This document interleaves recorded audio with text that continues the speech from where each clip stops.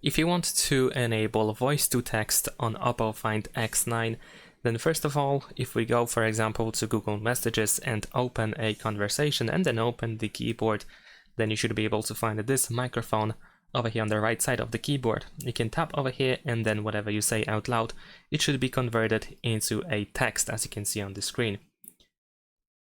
Now, there is a chance that when you end your sentence, the microphone will be disabled, but if it doesn't happen, then you can just tap on the microphone again to make the phone stop listening. In case you don't get the microphone over here, let me actually erase the content over here.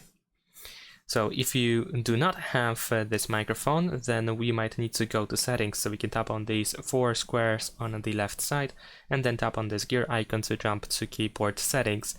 And then in here we should be able to find voice typing, and you want to make sure that it is enabled.